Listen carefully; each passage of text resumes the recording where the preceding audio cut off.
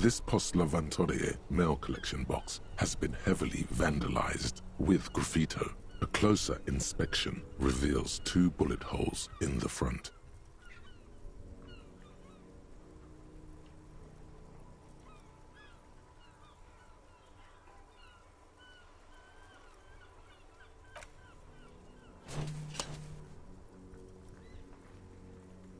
The box seems happy. Eat shit pig, fucked by the coon, and St. G with a crown have been scribbled on it. Jenny is a whore, and best set mailbox also.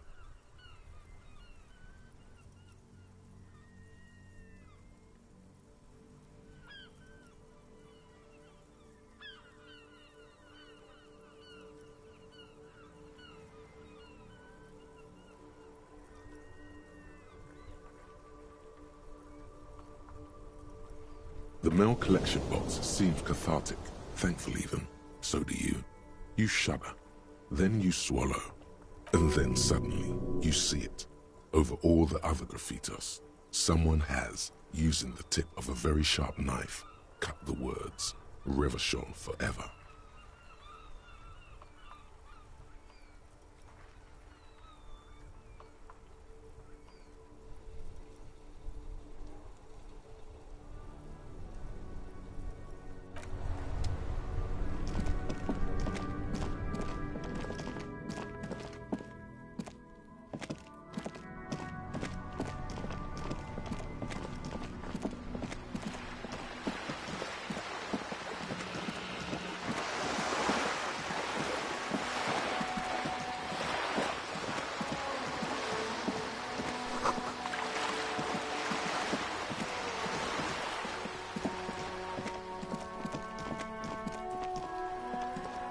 This is a wall on the side of an apartment building.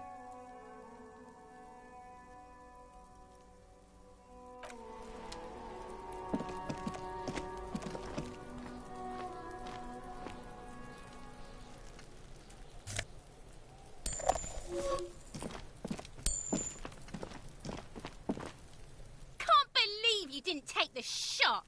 Fucking coward. Waved a gun like a clown. Next time you point that shit at me, you better take the shot. She continues to be here. All due to you being a coward and not shooting her. The contempt is thick enough to cut through with a knife.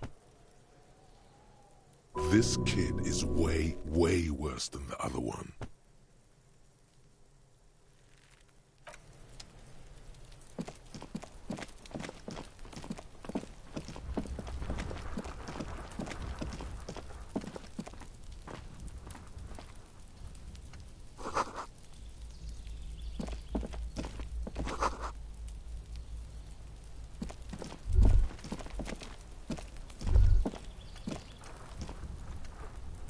The spread pattern of these bullet holes makes your chest ache. Your breath grows heavier. You peer into the faded marks in the stone. They peer back like an endless row of tiny black holes. Sweat starts trickling down your brow. Your chest feels tight looking at them. It's closing in, caving in, ever tighter. Your breathing grows even heavier. You okay there?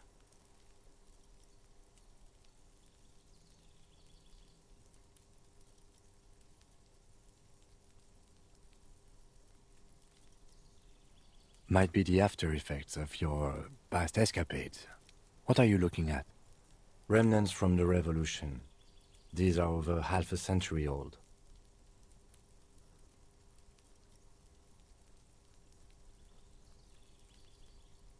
Perhaps a crime of a sort ages ago, but no, these do not warrant an investigation. Not much. I don't have a fresh perspective on it. Should we go?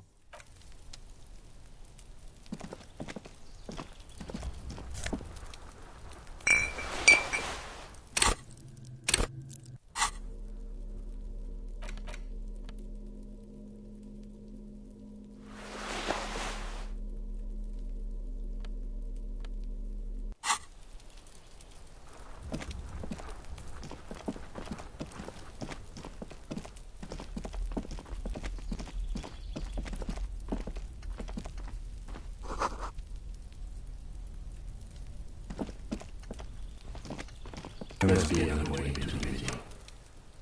So much for a quiet smoke.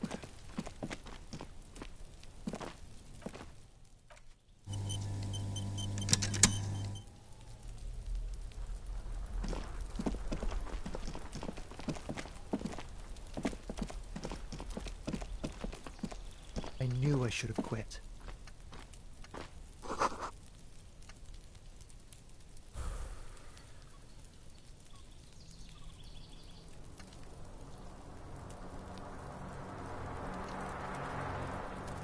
Hey, what's that noise down there? You see a young man on a balcony nursing a cigarette. His eyes have been following you for a while. Not looking for any trouble, officer.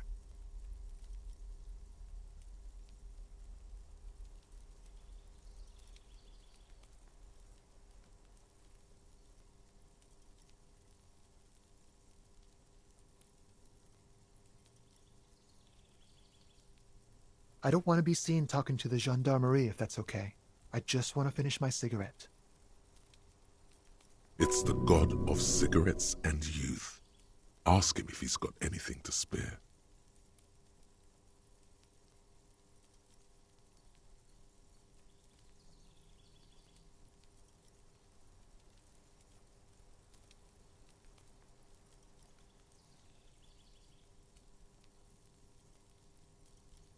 Is it really that important?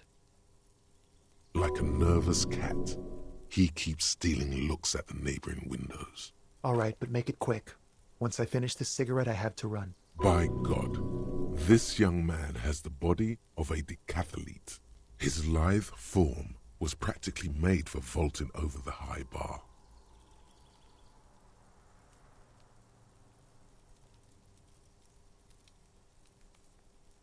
I'd even go so far as to say that the view is a little too good, my dear gendarme. Do you have an estimate of when the body will be taken away? We will remove the body as soon as possible. Now tell us, where were you last Sunday? Oh. You already asked me that, didn't you? No, not you two. Some more muscular type. And when did you speak to this more muscular gentleman? Last week? I don't know. Look.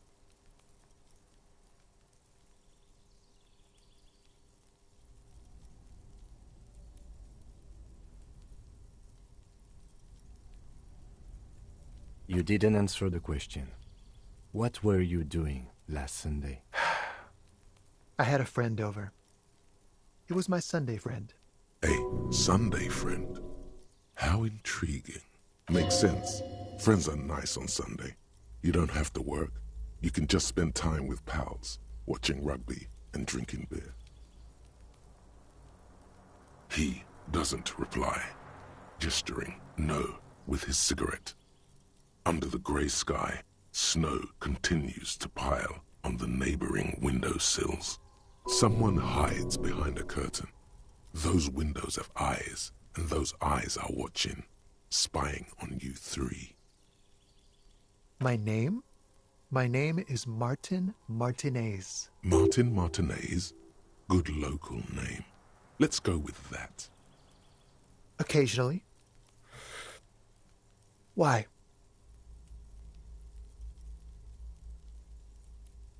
No. I just like to look good.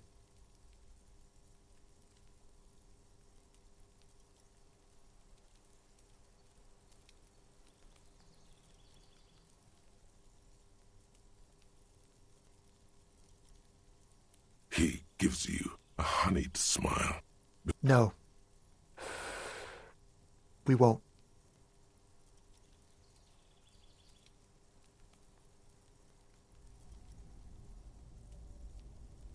Now, if you'll excuse me, I really need to get going.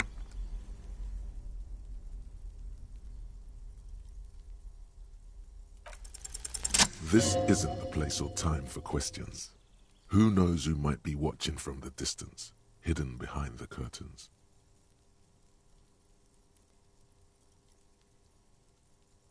For a moment, the man on the balcony seems almost vulnerable.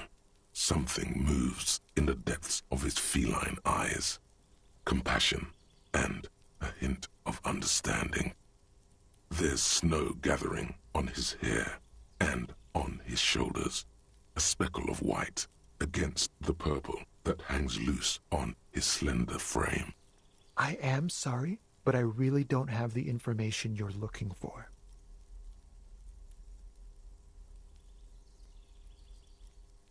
But, hold on, what's that? For a split second, his hand lingers, as though gesturing towards a stone placed right next to the front door. It's a sign. Good luck with the investigation.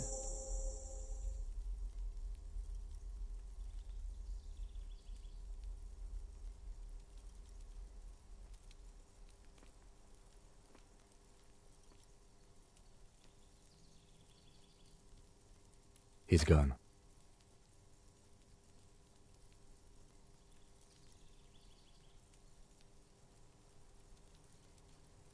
No point in running. Tenements like these often have multiple exits. If he doesn't want to talk to us, then he'll know how to hide himself. He could be a witness. Him or his Sunday friend. Either way, we need to look into that muscular type who's asking about our case. He did leave us a sign. Did you see that? He wanted to draw our attention to that stone right over there. If we find a way inside the building, we can ask around for his apartment. A stone, like any other, lying in a whirl of sleet and mud. Maybe there's something under it. There's a key beneath it, rusty from the dirt. This must be for the front door. Pity doesn't have the apartment number on it. This building has many apartments, and the man can be in any of them. We'll just have to go in and see.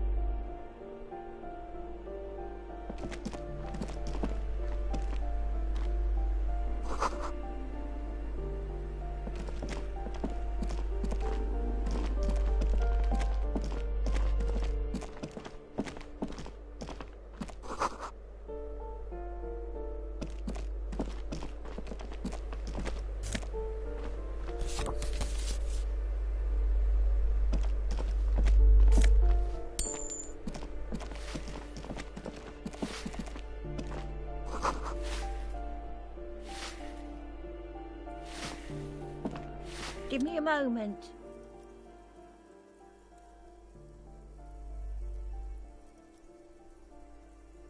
The cold never does any good for my bronchitis.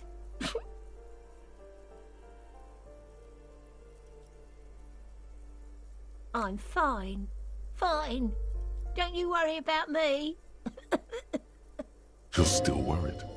It's very worrying. Now, what do you want from me, policeman? I'm no one. Just an old woman who cleans these hallways. If you can call it living. I have a little room upstairs right next to the coal room. It's barely bigger than a closet, but I don't complain, no. I have my bed and my aching bones to keep me company, and that's all I need from this world. And all she gets, too. The coastal wind beats down hard on the coal room door outside. Splashes of waves make the balcony slippery. Oh, you'll find plenty of martins here. Don't you worry.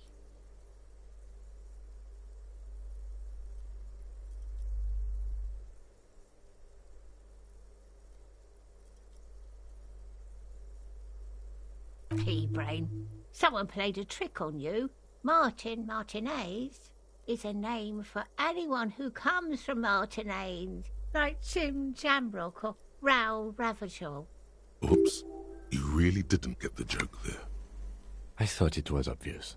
Anyway, officer, we don't have the witness's name.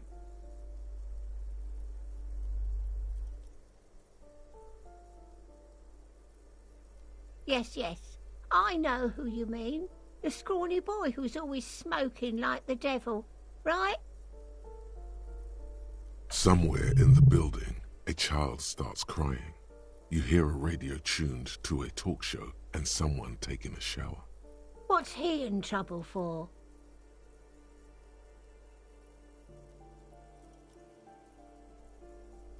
Talk?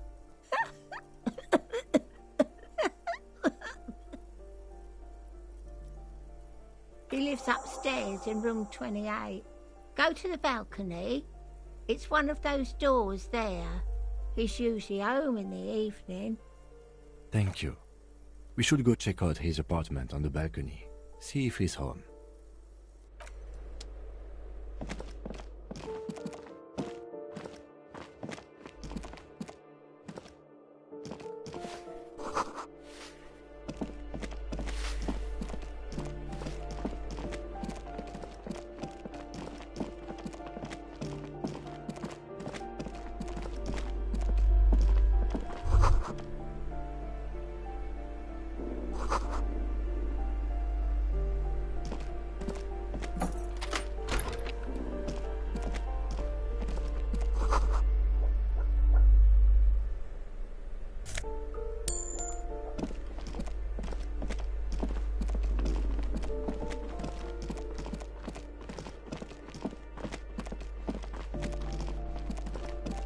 This door has been closed with a padlock. A chalk-drawn number on the board says, number 11. It's a solid lump of metal, but the shackle is deeply corroded. A solid pair of chain cutters would make short work of it. Better whip out those cutters. You won't get very far otherwise. No reply.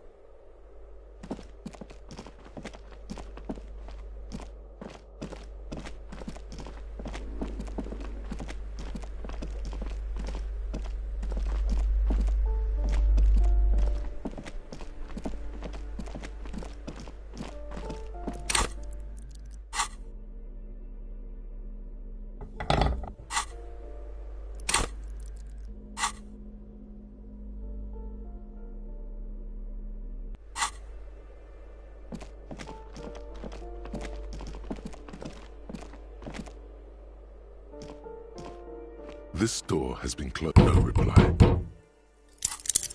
What are you doing? You're trying to cut the body of the lock with the chain cutters, and it's really not working. I believe it's the shackle you mean to cut, Detective. He's just trying to help.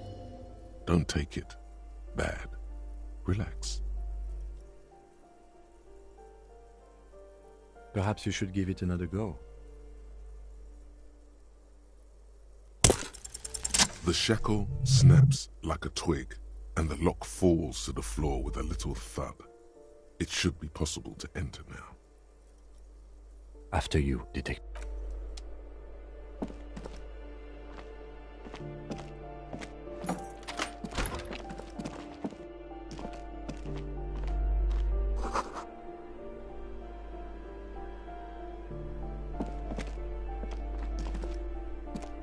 plaster cast bust depicts a middle-aged man with impressive sideburns. The name on the plinth reads Kraz Marzov.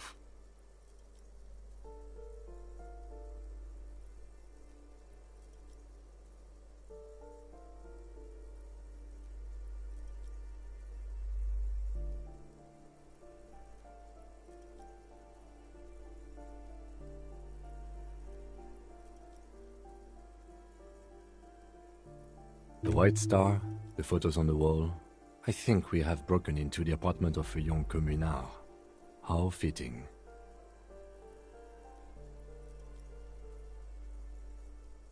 He's known as the father of scientific communism, also known as Masovianism. His theories about economic history greatly influenced, some would even say sparked, the anti-centennial revolution.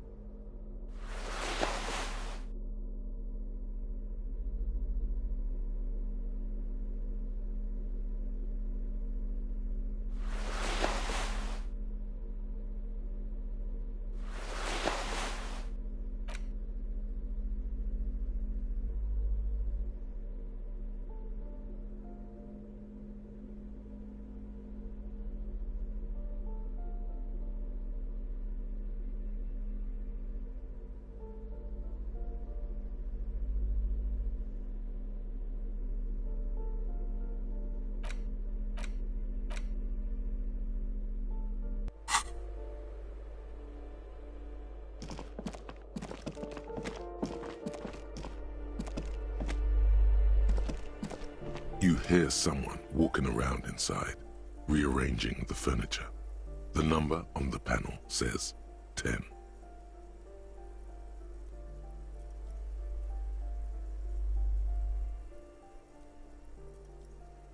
The walking stops abruptly, but no one comes to. You can feel tension on the other side.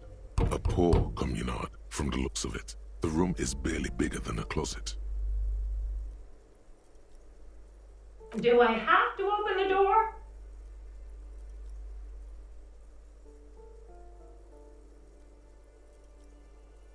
Do you have a warrant? I'm not obligated to open the door if you don't have a warrant. Let's go. We don't have a reason to get inside that apartment. Later then, entering this door seems a physical challenge.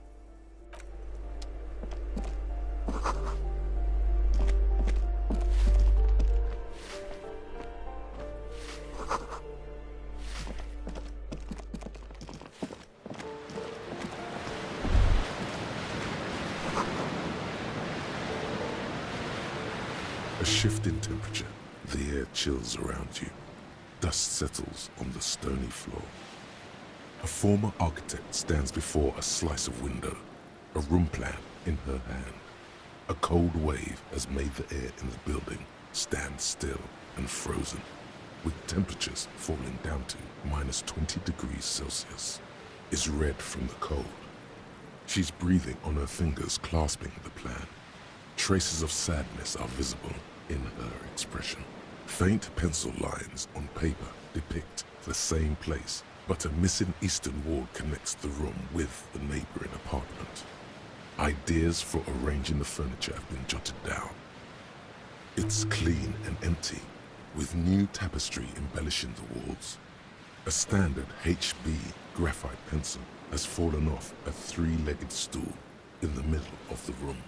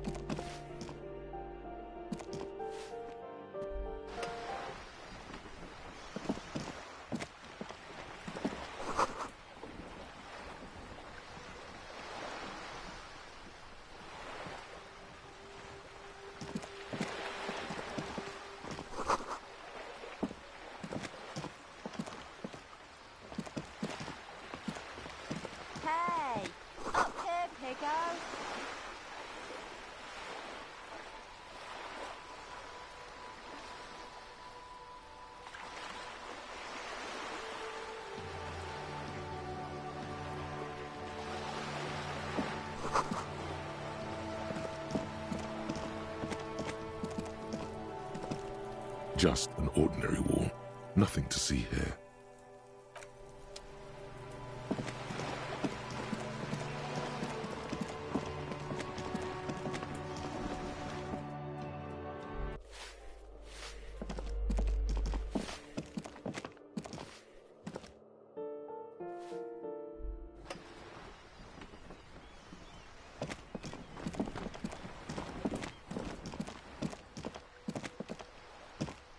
The streets will flow red once more, a great torrent rushing down Rue de Esperance. You wait and see. The streets will not flow red with anything. Who are you? I'm Cindy the fucking Skull. What else do you want to know? Date of birth, blood type, the last time I was tested for Hep C.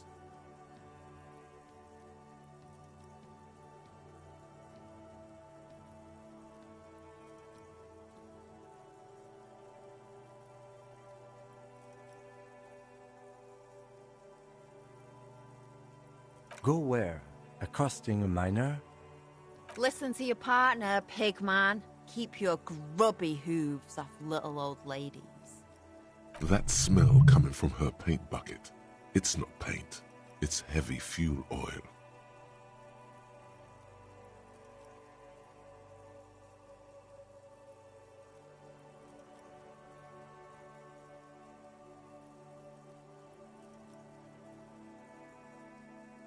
Red-dyed heavy fuel oil, intended for exclusive use in government vehicles, to be precise. What did you think I was using? Aquarels? Sucked it out of a cop's fuel tank myself.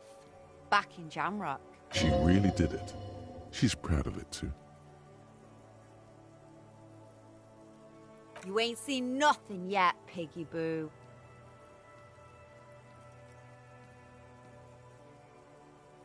The lieutenant furrows his brow at another one of your eccentricisms.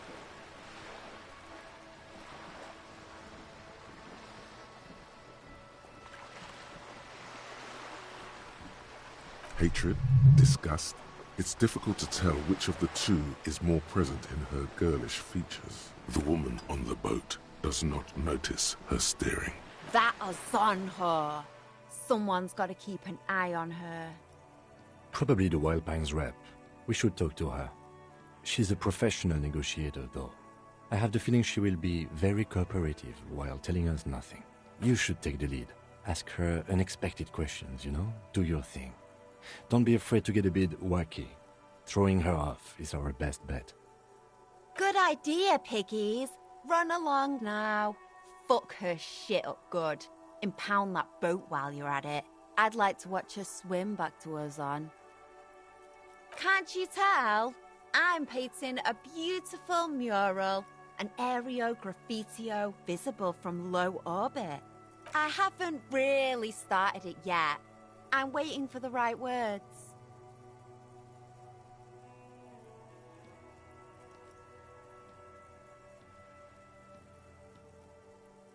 Have you ever tried your hand at graffitio? When faced with a blank wall, most people write unimaginative stuff, like pigs go home and Mono is here. We rarely see pigs round here, though. Just union cards. And my name's not Mona, so... She wants it to be something true and total. This place is severely lacking in havoc. Not even the occasional trash can fire to break up the tedium. I thought I'd mix it up, you know, summon the forces of crime and social chaos with a wall-sized invitation. Yeah?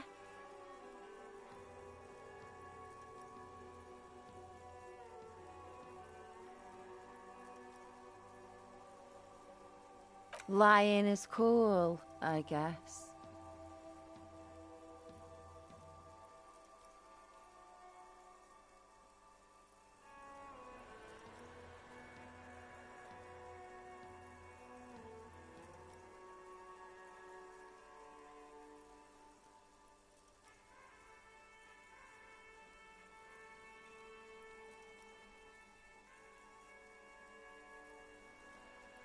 I ain't no snitch, Pigstein. go forth and forage in someone else's shit. No shortage of squealers in these parts. Actually, there is a shortage of people who talk to us in a normal, calm, informative manner. We weren't put on this earth to make your life pleasant, fucko. Can't you tell I haven't really started it yet? Yeah? Thanks. I'm sure the inspiration will come to me now that I have an official RCM stamp of approval.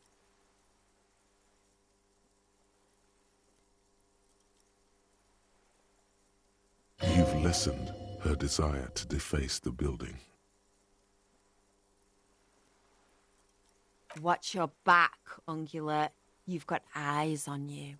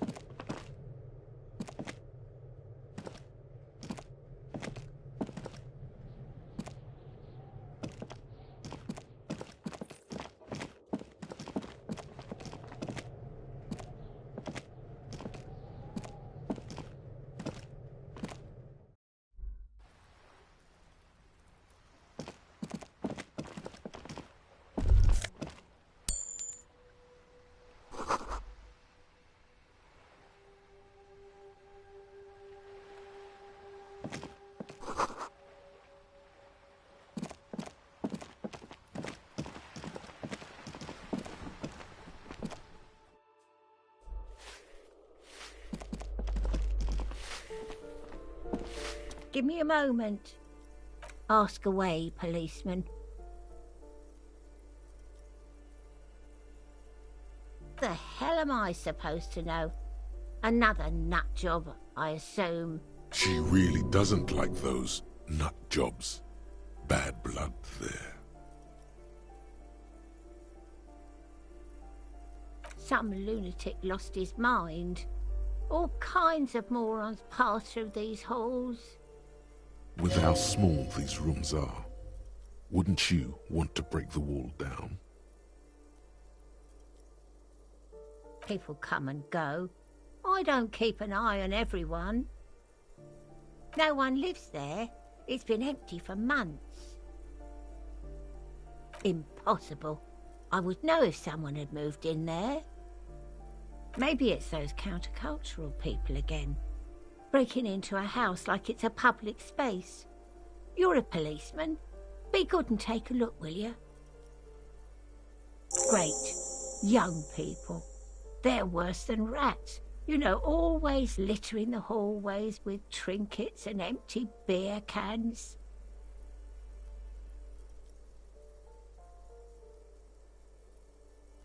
Oh, that one is a scientist, a future scholar. I think he studies astrology at the community college. Education's good. I always tell them to study. Something to do with all those stars around his door. He asked me to leave his drawings up on the wall.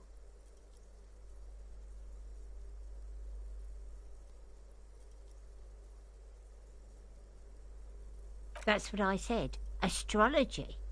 The lieutenant shakes his head, as though to say, let it go. Come on, people. Try to keep up any standards here. It's not about stars. It's... forget it.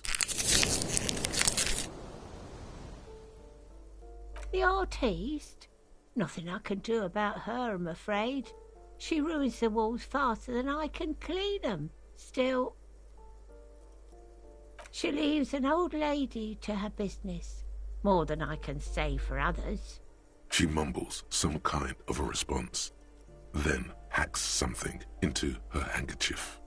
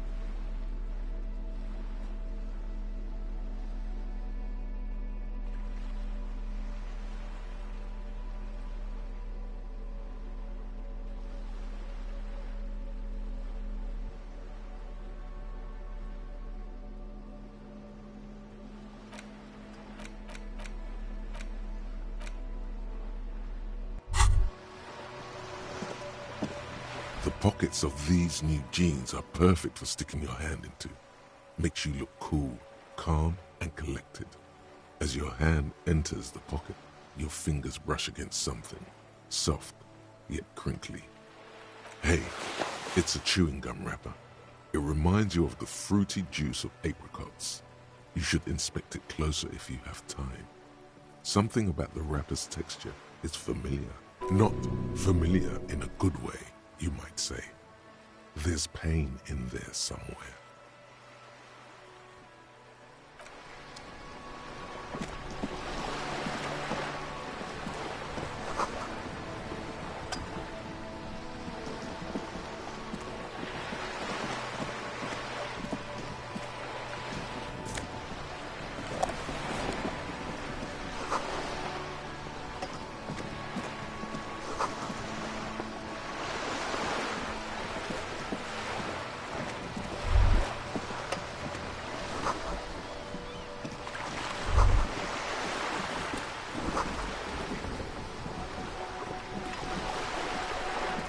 A striking woman leans against the cabin top of her sailing boat, smiling as you approach. Her green raincoat glistens with droplets. A silk scarf is tied around her throat. Good afternoon, officers. I'm Joyce. Joyce L. Messier. I represent the board of Wild Pines, the owners of the harbour. You gentlemen must be from the RCM.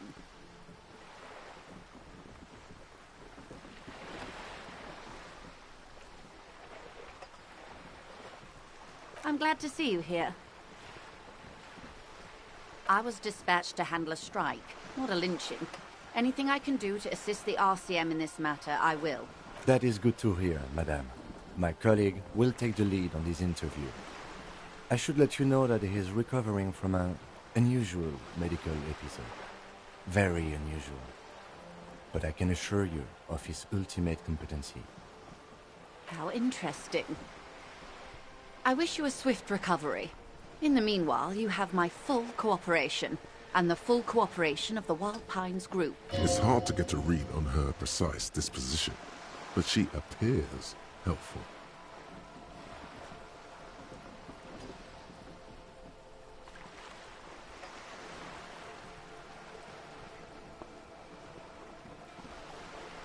Why, yes I am.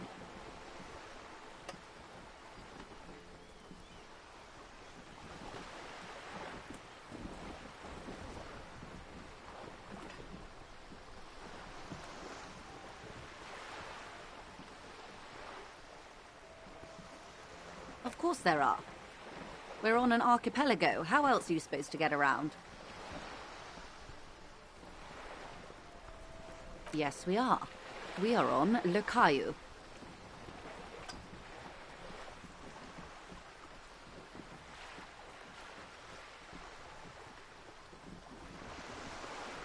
we are, and the city of Revachol is on the island of Le Caillou. I haven't seen anyone else drive a souped-up Capri Kenema motor carriage either. Actually, that motor carriage has been specially issued to serve as a patrol and pursuit vehicle. It's for crossing long distances in the greater Revachol industrial harbor. It's not a toy. Neither is this. A toy, I mean. It's a machine for crossing long distances in the Bay of Revachol, between the city and the islands. She's having a good time arguing against the law. Too good, perhaps. Officer, I assure you I'm a highly qualified pleasure craft operator. The crowns of her teeth are porcelain, white as the boat's hull as she smiles. Qualified pleasure craft operator. So charming. I just renewed its safety inspection last month, officers. It is completely seaworthy. In fact, it's taken part in not one, but two insulindic regattas. Even finished once.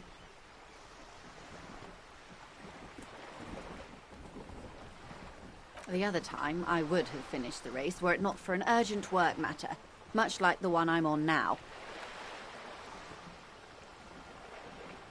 Actually, you don't. It is a little-known fact among those who police that the Wayfarer Act specifically denies the RCM the authority to demand anyone's operator license.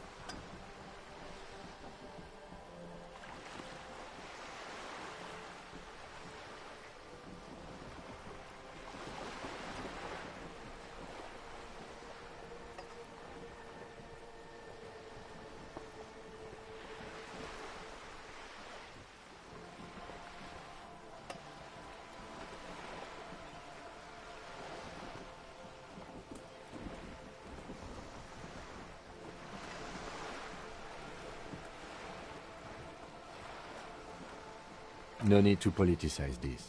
You may still ask for the lady's passport. You need to save face if you want her respect. Demand that passport. Of course. The woman is silent, smiling while the waves lap against the hull. In your hand, under the plastic, a light blue passport saying, Republic of Vespa. The coat of arms has a lion and an ostrich. Seagent. The woman, born in the year 3 in the commune of Revachol, smiles at you. Face adorned with frown lines and crow's feet. The photo is recent. The name reads, Rejoice Leighton Messier. Yes, but please don't call me that. Joyce is much more efficient. She doesn't like it. Probably a bad memory. Mean girls at school or some ancient lover. My husband is. I have dual citizenship. A Vespertine is handier when traveling. She nods and returns the plastic bag to her coat.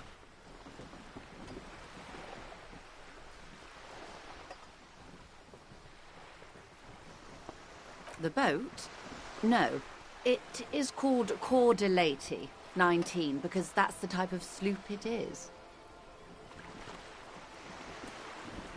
The word, it, feels strange.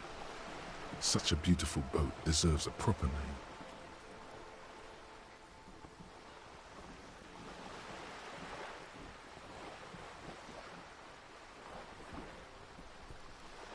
A breeze ripples through the sails and tugs at your hair. Below, the sleek, fish-like shape of the hull parts the water. Beneath that, a resounding darkness. You're reminded of something. Or someone. Okay. How about Cordelati 19? Why?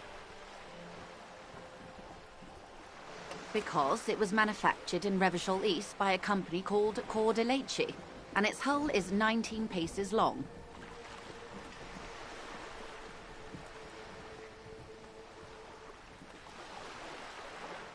Why Dolores? Well, it means nothing to me. I think I'll stick with the factory name. But thank you for the suggestion.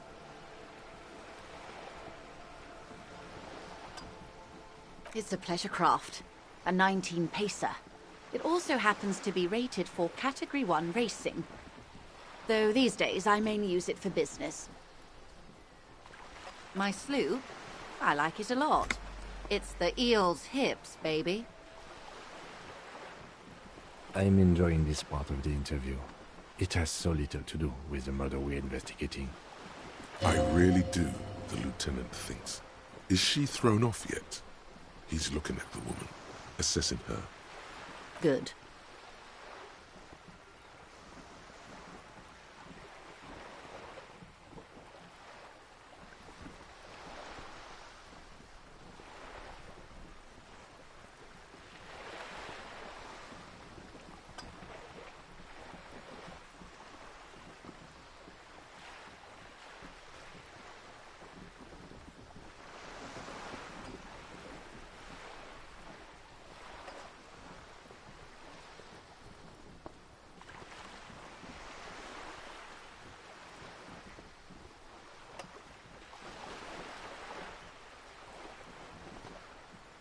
Everything.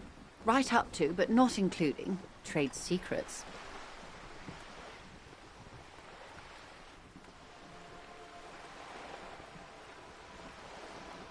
First, you'd have to repeal the Emergencies Act of Trade in Aliments. That gives me the right to silence. It's quite the octopus.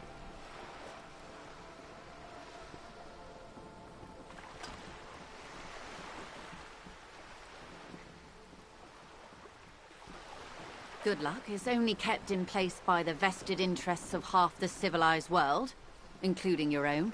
What the ma'am means is that the Emergencies Act and the RCM both get their authority from the coalition government. But I am derailing us. You wanted to know about the strike. I believe the official title is Senior Labor Negotiator. In practice, I'm a grocery clerk. I relay the union's demands to Wild Pines and return with Wild Pines' counteroffer. And how are the talks going? They're not. That's the problem. The union stopped all negotiations a week ago, after that awful lynching took place. Now they won't even let me into the harbour. There's a 2-meter 20 racist behemoth blocking the gates. Yes, Jean-Luc Measurehead. Let's say I was not making the kind of progress I'd hoped for when I first arrived. And when did you first arrive? I arrived 3 weeks ago. Yes, in the middle of February. The bay was still partially frozen then. I prefer to do these things on site, like the RCM. But the strike began in December. I wasn't the original negotiator here. I took over after Mr. Gaumont hit a wall with Mr. Clare, the union boss. Mr. Clare refused to speak with Gaumont despite concessions he'd granted the union in prior negotiations. This isn't the first time the union has gone on strike. Heavens no. There have been 2 prior strikes. Both times the union won significant concessions, including overtime pay and a medical plan. This time their demands are more, I guess you could say, aggressive.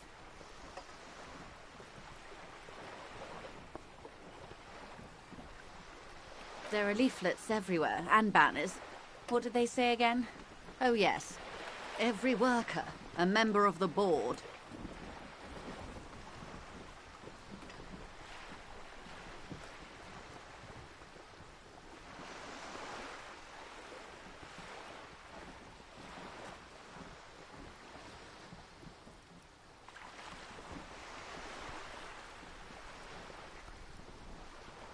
Then you might also like their other slogan, Demand Democracy. Personally, I don't think it has the same pizzazzo as every worker a member of the board.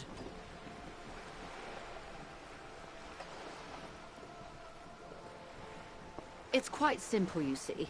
Every time the Wild Pines group makes a decision about what? About anything, really, it needs the signature of each of the 2,200 workers in its Martinez terminal. Just so you understand, this is but one of 22 terminals owned by Wild Pines. Essentially, not only are they kings of the company, they are also kings of the 72,000 employees of Wild Pines Group.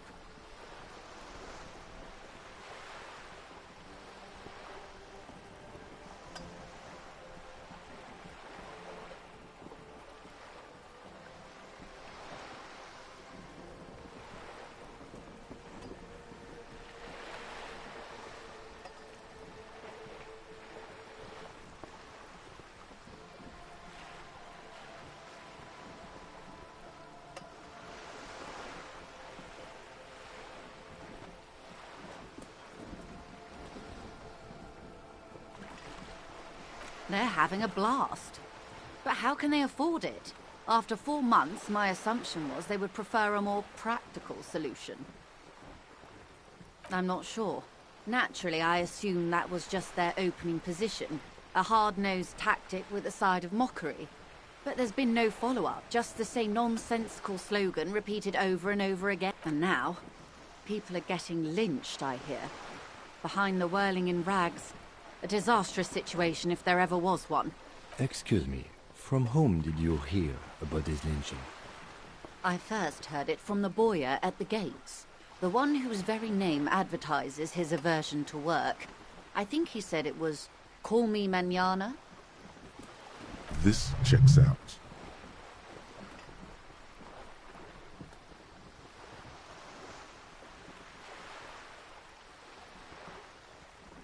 Mr. Clare told him to... how did he put it? Fuck off, midget. Gaumont is short of stature, you see. Yes. Extremely. Keep in mind, this is a negotiator Mr. Clare has worked with before, and who was more than fair with him and the Union. Sounds like usual aggressive posturing. The scabs? You mean the huddled masses of Jamrock, come to plead for work where the Union refuses to?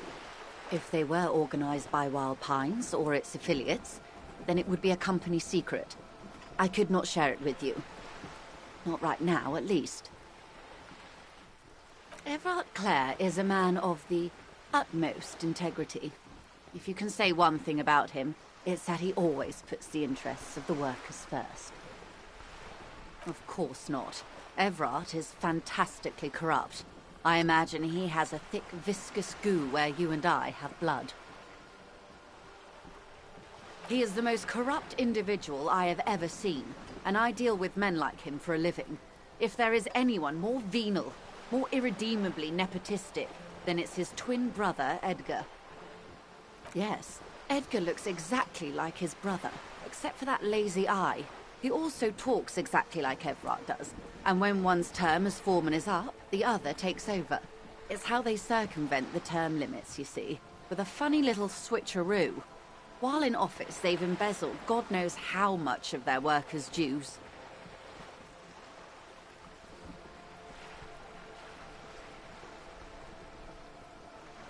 The Débardeurs Union was once a perfectly normal institution. 20 years ago, anyway. It must not have been easy to establish under the Emergency Act, but they did it. I can respect that. Organised labour at its best, as they say. Then something happened in the local chapter elections. The brothers Clare came and transformed it into a... how do you say? A mob. The Débardeurs are a crime syndicate.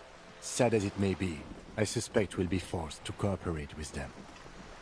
Refreshingly honest, officer.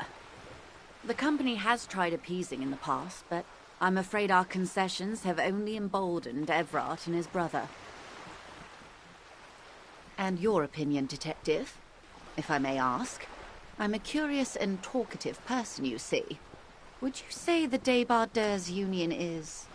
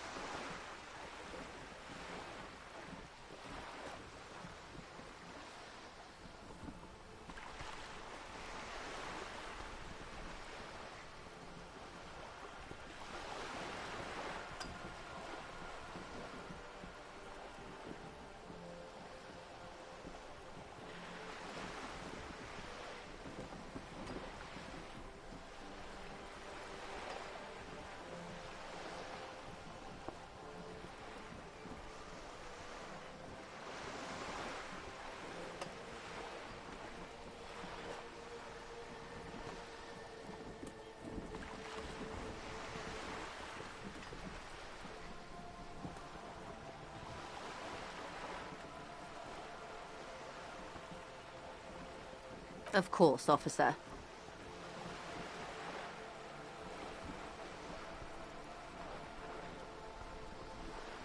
I'm glad you asked. There was a woman, the previous forewoman of the Union.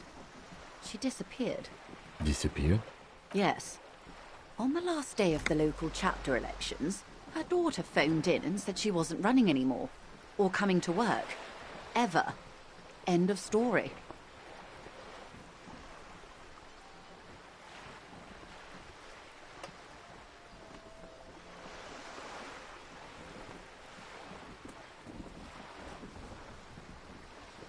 Indeed. The company suspects foul play, but there's nothing they could do. It was a union matter.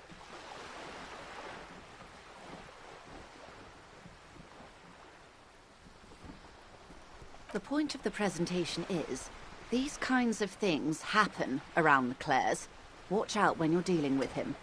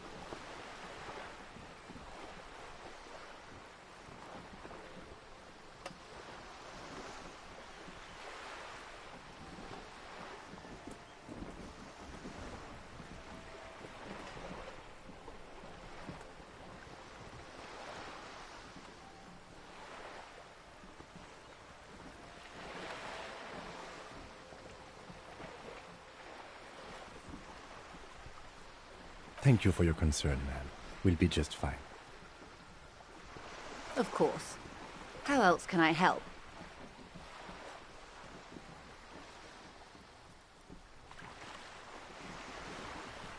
Quite a few things, I'm afraid. The information I'm to share with you includes sensitive trade secrets. For the sake of my employer, I have to ask for your names and badge numbers. Of course, ma'am. We should have introduced ourselves. I am Lieutenant Kitsuragi from Precinct 57, and this is my colleague from Precinct 41. I'm afraid he doesn't have his badge at the moment. I hope mine will suffice. How curious. Why is that, Detective? Awkwardness washes over the conversation. The woman doesn't like this turn of events.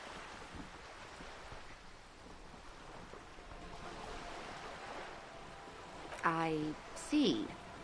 So, are you saying you lost your badge during the course of this episode?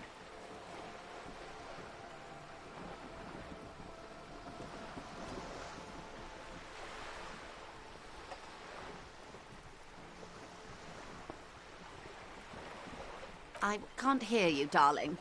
Speak up, please. Oh dear. I suppose this does explain some of the more curious turns in our conversation. As I said, ma'am, His technique may be very unconventional, but he is an officer of the RCM. Of course, I sympathize. But I'm afraid I simply can't share anything more until I've seen that badge. Hang on. She's a professional negotiator. She should be open to some sort of mutually beneficial arrangement.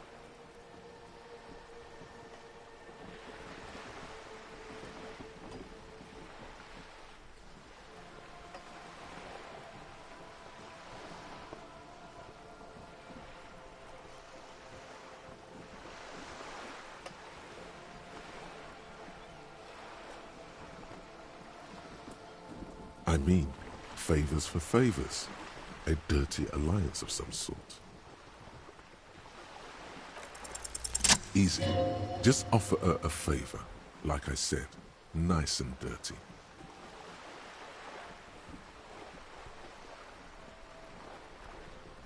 I will be frank with you. If I'm going to break protocol, I need to be able to justify it to my superiors.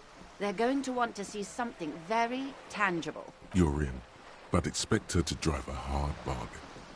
Reports from inside Terminal B suggest it's a hub for the local drug trade. This is an open secret in Martinez.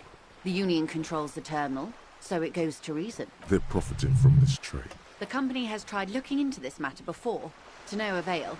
Perhaps someone with your authority and resources might turn over the right stones, or you can recover your badge. Though if I may be blunt with you, it sounds like that may be a lost cause. Detective, a word in private before we continue.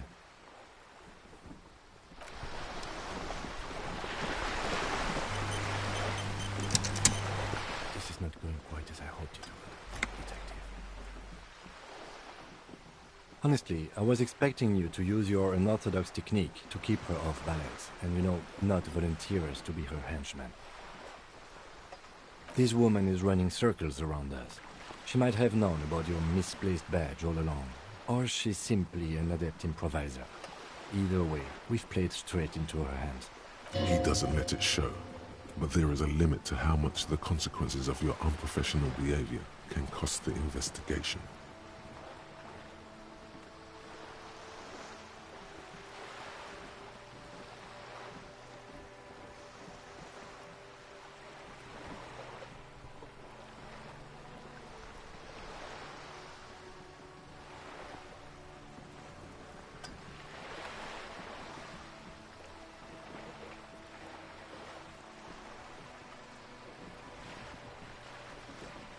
Oh, that would be fantastic, but do we have the time? The world is large and your badge is 8 by 6 centimeters. You could request a new one from the station, but that would literally take months. I'm sure you will, Detective.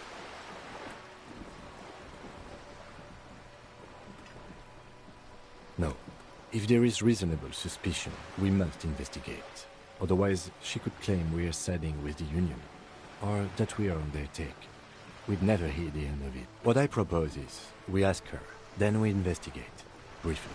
But do not share the outcome of this investigation with her. We tell her it's done, and demand for her information on the lynching.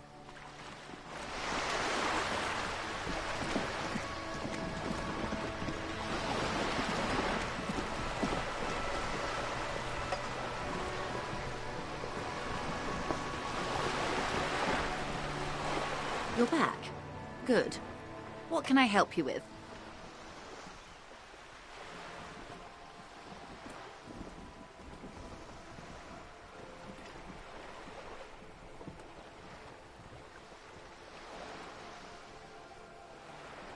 What we do? I'm afraid I don't speak for Wild Pines as a whole. It's a giant undertaking.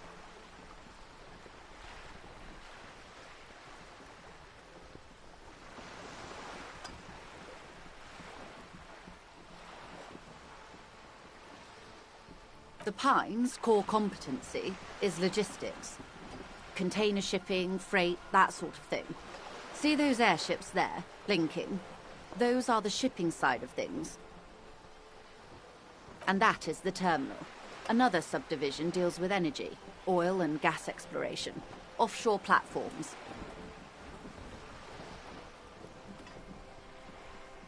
I'm not at liberty to discuss the company balance sheet, but I can tell you that last year, the company booked more than 20 billion real in revenue. 8 billion?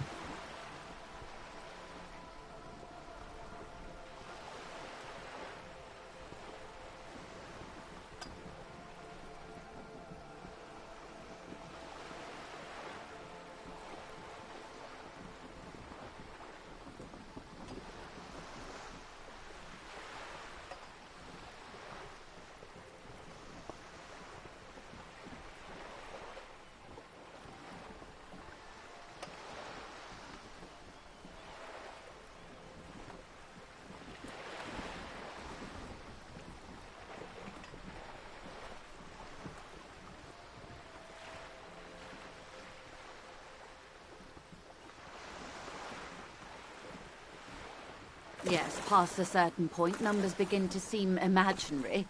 But they are quite real for the 72,000 employees who depend on Wild Pines for their paychecks. A conglomerate the size of Wild Pines is like a shark. If it stops moving and growing, it will die.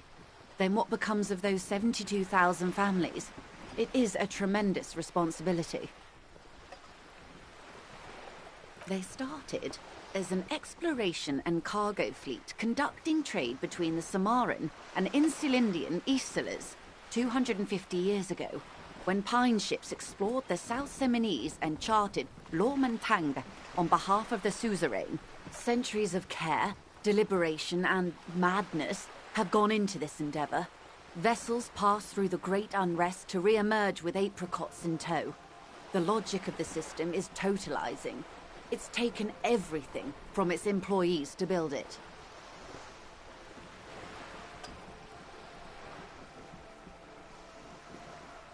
You mean aside from being the terminal's legal owners, who are responsible for moving 8% of the world's cargo?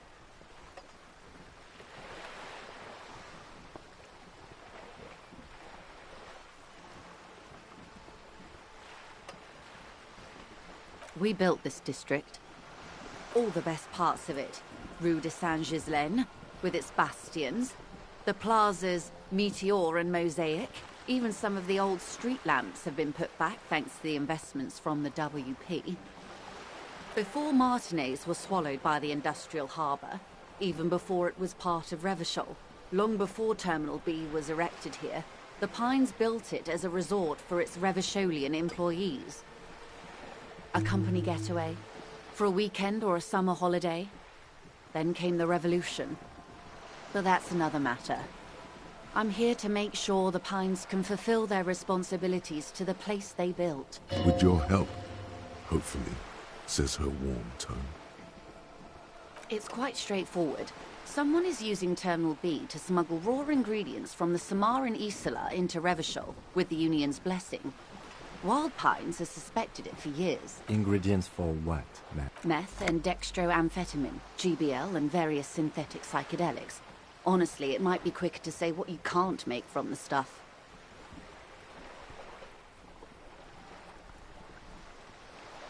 Yes, after they clear the terminal, we lose track. The actual production is taking place at various sites in and around Jamrock Quarter, north of here. Wild Pine seems to be well apprised of the local drug trade, ma'am. Do you mean to say the Union also produces the product? Sells drugs, I mean? We're in logistics. It's our business to know. And no. As far as the company knows, the Union does not produce it. They transport the ingredients for a cut. Yes, but you won't get anything out of Evrat and the Dock Workers Union. Still, every chain has its weak link. The lorries. Someone needs to move the ingredients from the harbour into the city. Once they reach Jamrock, they're distributed to a network of local manufacturers, well beyond our grasp. But in transit, they are vulnerable. Perhaps you've noticed that a number of lorries are tangled in a traffic jam at the roundabout just now. Interview the drivers who are still hanging about. One of them might be waiting for a crucial shipment. I'll be explicit. If you find this driver, I will share company secrets with you.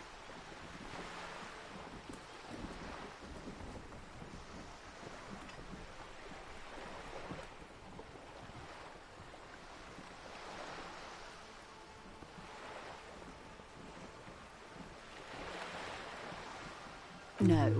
We asked East Motor Track to raise the drawbridge. The road company is a partner of one of our subsidiaries. However, this is a limited time opportunity. Once the complaint has been processed by the Trade Committee, they'll have no choice but to lower the drawbridge, and the operation will continue. Thousands of litres of raw ingredients will pour onto the streets of Revachol. Not the east across the river, but the west. The vulnerable, the weary. Well, at least this solves one mystery. What is that, Lieutenant? Why I had to call East Motor Track and beg them to open a drawbridge for me. I'd wondered since I first drove in, on my motor carriage. I am sorry for the inconvenience, Lieutenant Kisaragi, but we need them trapped here. This is a unique opportunity. I'm sure you understand. How do you think they're financing this strike? There are thousands of unpaid dock workers going strong for the 4th month straight. There was a shakedown of local businesses preceding the strike. Many were squeezed to bankruptcy to fund it. With all due respect to these desert cacti, the contents of a few cash registers cannot provide for 2,000 men. The local businesses can scarcely provide for themselves. Precisely. Smuggled out of that very gate at night, most likely, then loaded onto lorries and driven to Jamrock. You simply need to find one driver who will open up to you.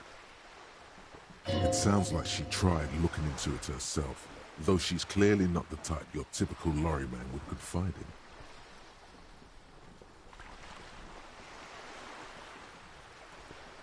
Yes? Excellent. According to my reports, there are at least 3 lorry drivers lingering near the roundabout. Hopefully one of them will know something. It may come to nothing, or it may just blow the case wide open. I can keep the drawbridge up for a few more days at least. You should have the time you need. In the meantime, let me know if there's any other way I may be of assistance. That's the man who was killed. I'm afraid this is a discussion for once we've cleared the lynching question. Better not tie the 4th day to the backstay on this. I hope there is something else I can help you with. She wants to answer the question. Protocol keeps her from it. It's what you want to say, but it isn't that easy, is it? Look at that lady. Take a gander. Squint your eyes, bub. A well-kempt, yet tastefully short bob of dark hair.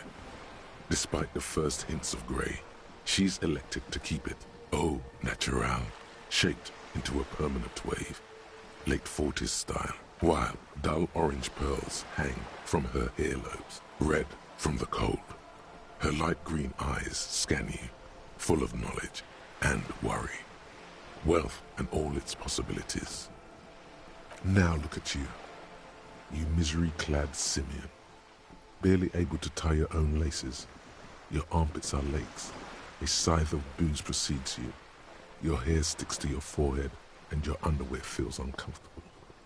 You're poor, poor as balls. You can't ask this person for money. You're too...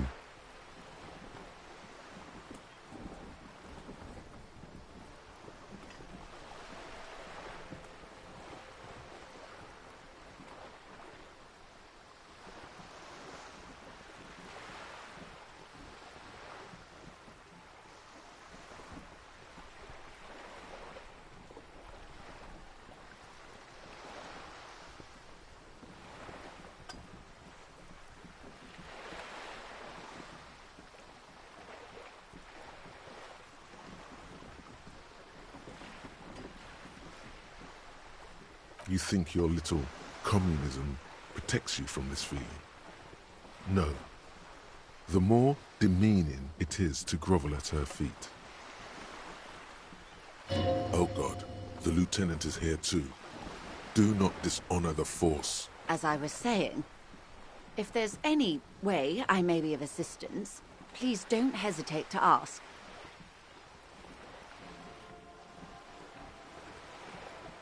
Of course, Detective.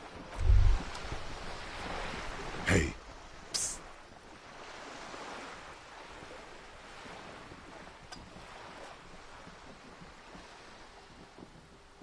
Psst.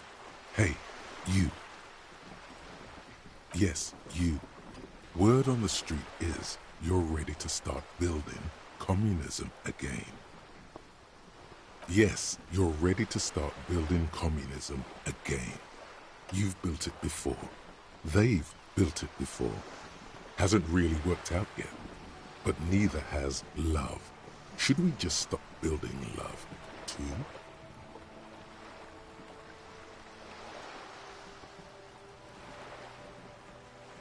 Good. We need tender men like you building gargantuan communism. Word on the street is it's going to be 10,000 times larger than any communism previously attempted by human beings. Is that right?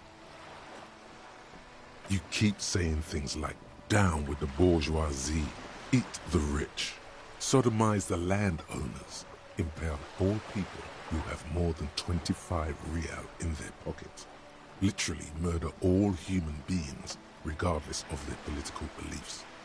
That kind of stuff.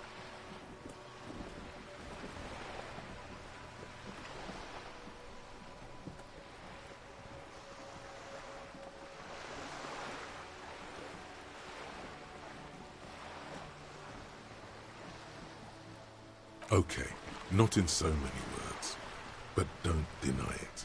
You're about to rip off that mask of social democracy and reveal the monstrous seven-eyed lamb of global communism that will devour and masticate mankind. Everyone can see that. So tell me, do you have any questions before we fire up the big communism builder? Or do we get right down to it?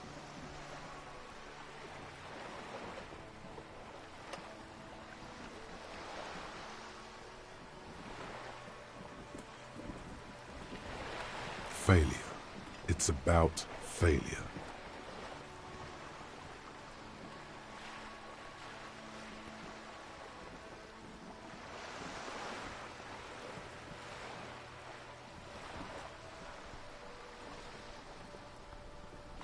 Yes, abject failure. Total, irreversible defeat on all fronts. Absolutely vanquished, beaten, curb-stomped and pissed on. Until you came along. You will reverse the fortune of the workers of the world. You alone, against every living thing, against every human alive. 800 trillion real in the hands of an impossibly well-organized ruling class. Towering city blocks of bankmen who have the ears of prime ministers. Million-headed armies of nations and the love of your own mother.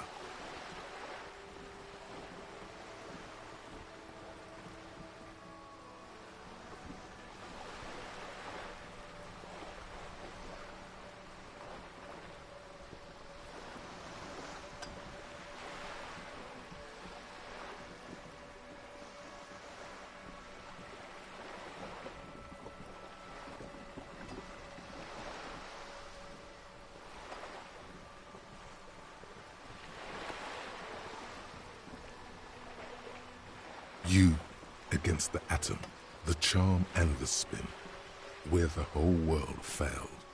Matter failed to bend to human will. Human will failed to get out of bed and tie its laces. You alone, single-handedly, will rebuild the dreams of the working class. You are the last communist. Now get to work, comrade.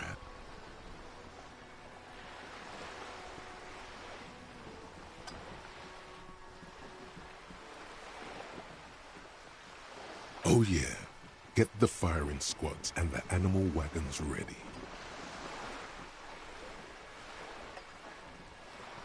Too late to back out now. You can't make an omelette without breaking a few million eggs.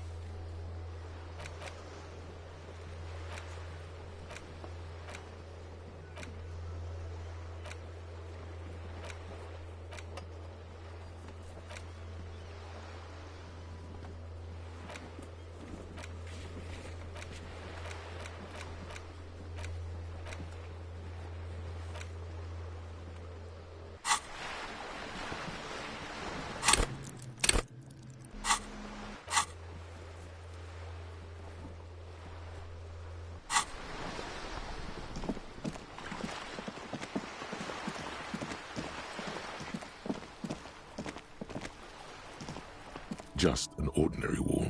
Nothing to see here.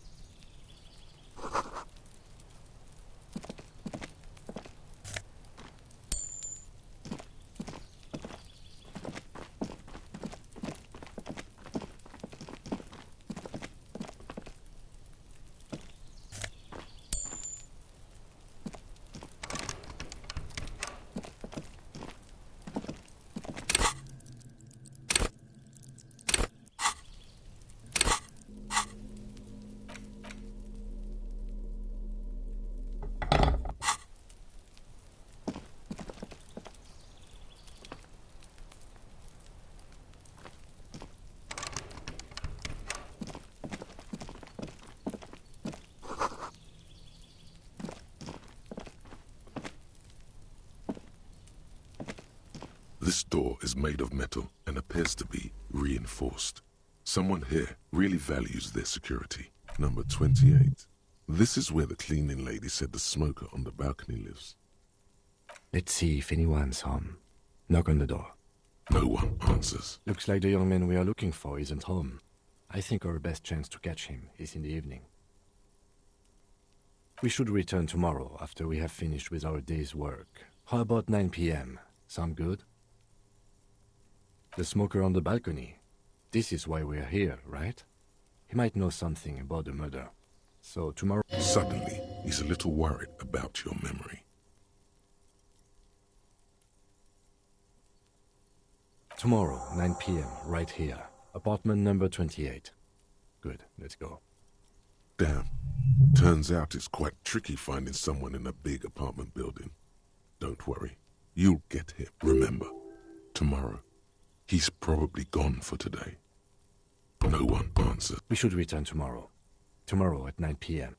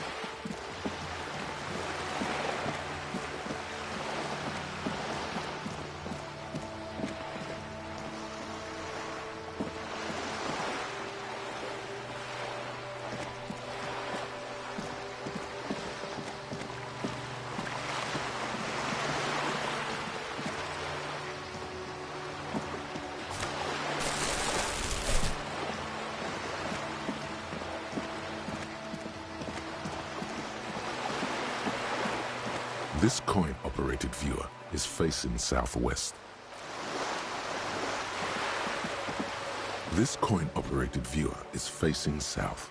The instruction manual says to insert 25 centimes and pull the handle while looking inside. Then use the focus knob to zoom in if necessary. Your money disappears into the coin slot, a clunk, the ring of metal. The curtains on the display open. You lean in to catch the view. It's blurry, different blues and greens. In the middle of the shimmer stands a drab grey shape, like a ghost. The lenses shift. The ghost sharpens into an islet in the bay. In the ruins, a man-made structure is visible, a half-sunken sea fort, its concrete almost reconquered by nature. It looks as if it was abandoned quite some time ago. Nothing but a rotten tooth remains of the anti-aircraft tower. A lonely birch tree grows out of it, its leaves ripped from it by the winter wind. The little brave birch tree seems to wave back in the wind. Really? I don't have the eyesight to make it out.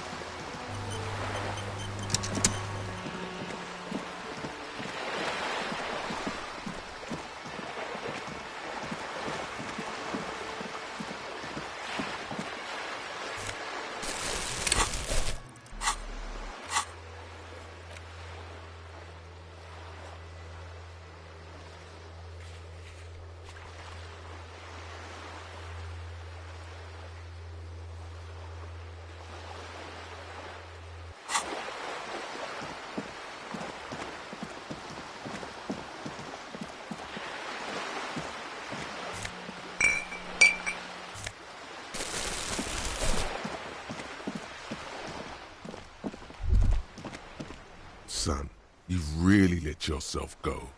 It's a disgrace. But Coach Physical Instrument is going to get you back in prime condition, even if it takes 1,000,000 push-ups.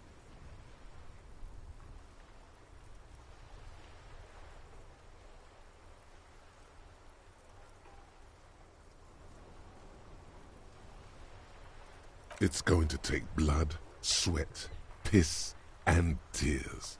But when I'm done with you, boy, you will be a master athlete.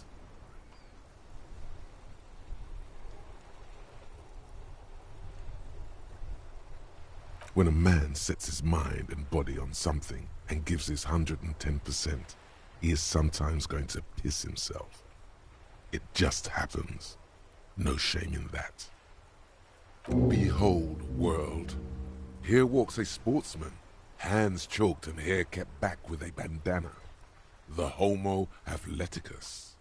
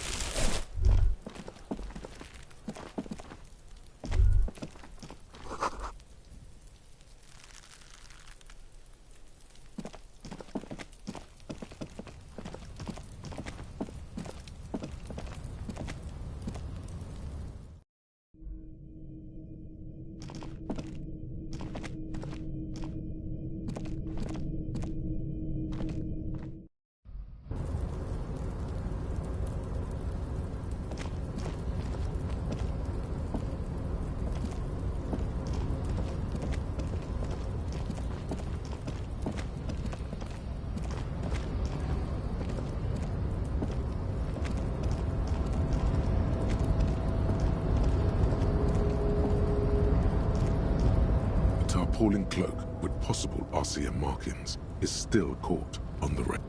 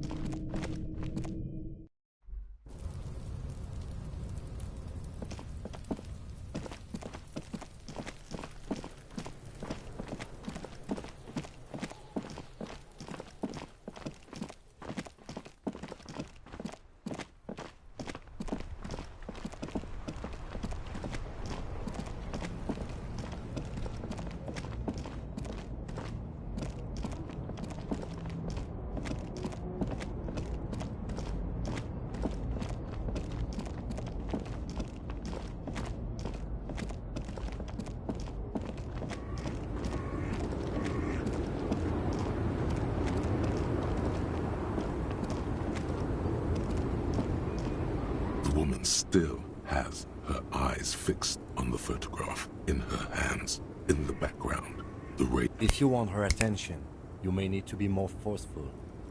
Where am I? Who are you? The smile on her face has disappeared, replaced by the wary aspect of a cornered beast.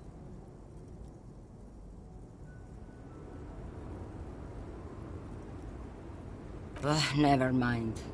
I remember now. I'm still stuck in that traffic jam in the 50s.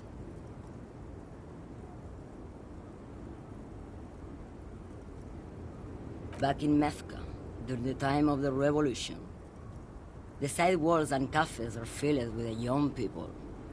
I was on my way to see a new Boyadero picture starring Gabriel Wendero. Until you came along, that is.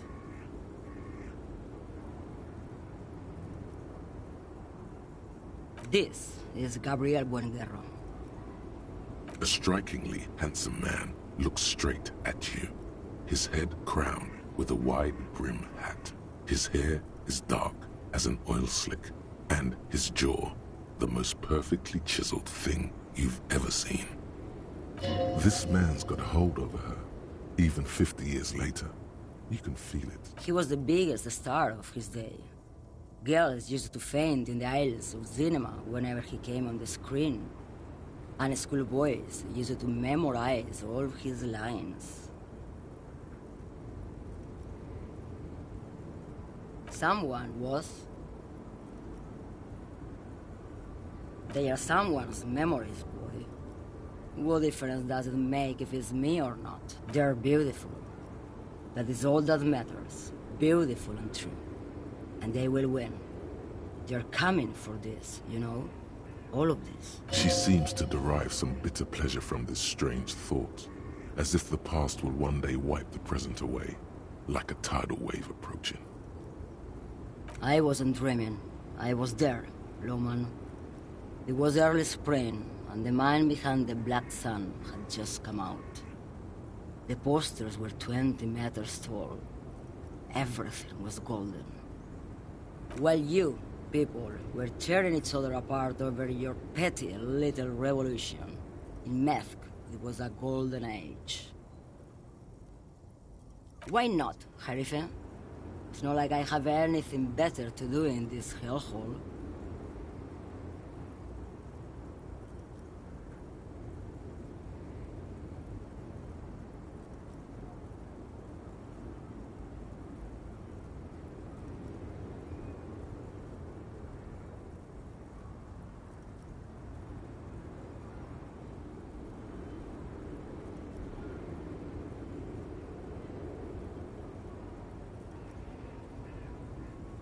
She's just a distracted old woman.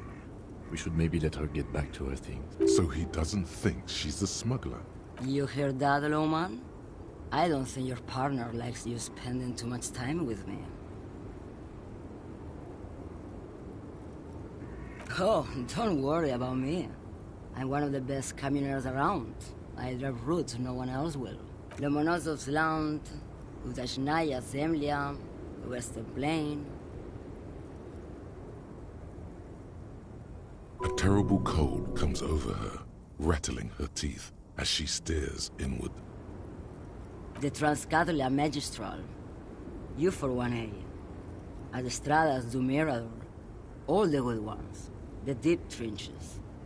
Where the bluebirds fly.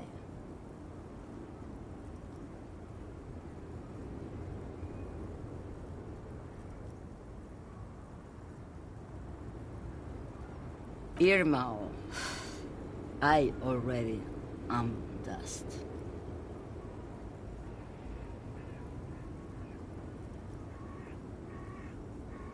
Diamonds? Of course not. But wouldn't it be marvelous if I was? Whatever stupid things they put in the lorry, I imagine. I quit concerning myself with that a long time ago. Besides, I don't drive the lorry for the cargo, if you know what I mean. She says that as if something narcotic is the real reason.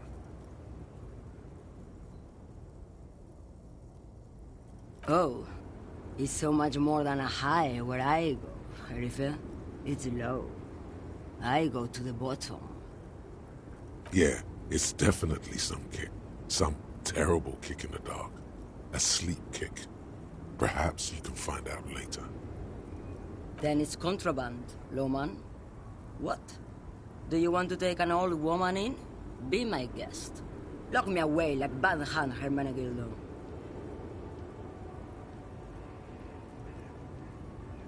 Of course not.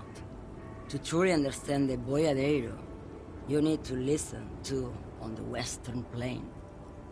It's an old ballad about a young girl who falls in love with a daring Boyadero. He promises to marry her as soon as he returns from the Western Plain. Of course not. The Boyadero returns from the Western Plain a changed man. One night, as he and his beloved are out walking along the river Maigret, she pleads with him to give up his riding and settle down. So the Boyadero strangles his beloved and throws her body in the Maigret. Then he rides off, because the Western Plain is calling to him. You have to understand, a true Boyadero needs a whole horizon to himself. He can't be tied down by man or woman. His beloved was selfish. She didn't know what it meant to love a Boyadero. What if to truly love a Boyadero is to float lifeless downstream? What do I need drugs for, Lowman? What I see, what I feel, the great adversary, no drugs can compare. Yes, there is a protagonista and an adversario. I am on the side of the adversary. There's no coming back from that hole.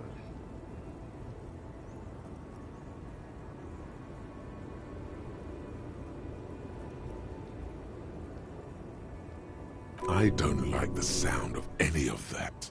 Sounds like a horrible drug. The worst one of them all.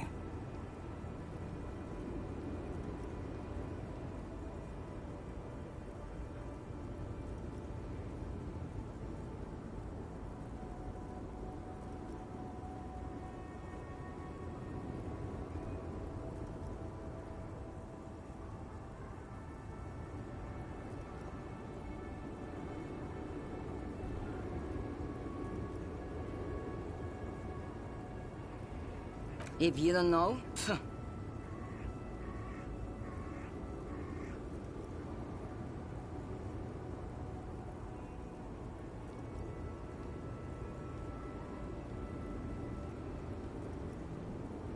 why would I want to do that?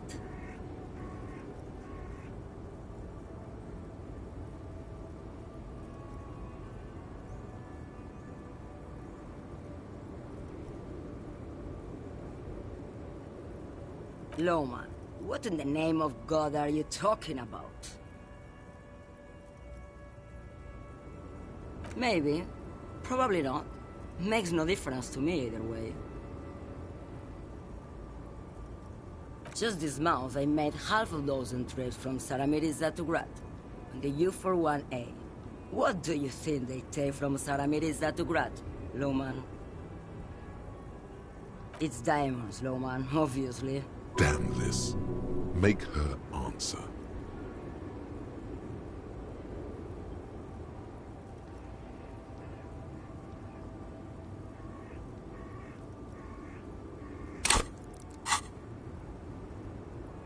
Easy. He's the skinny man who thinks he's a poet. Never trust a poet. Also, he's the only one I can see from here.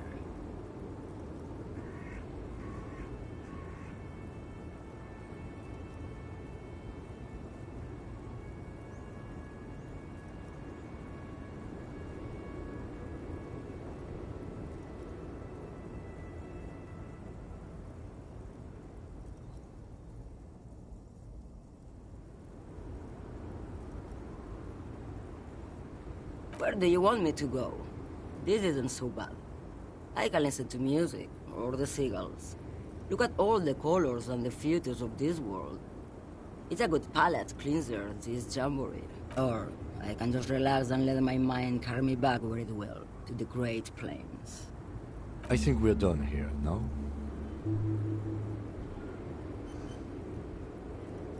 Yes, go. Enough jamboree. I need to get back to Mesky.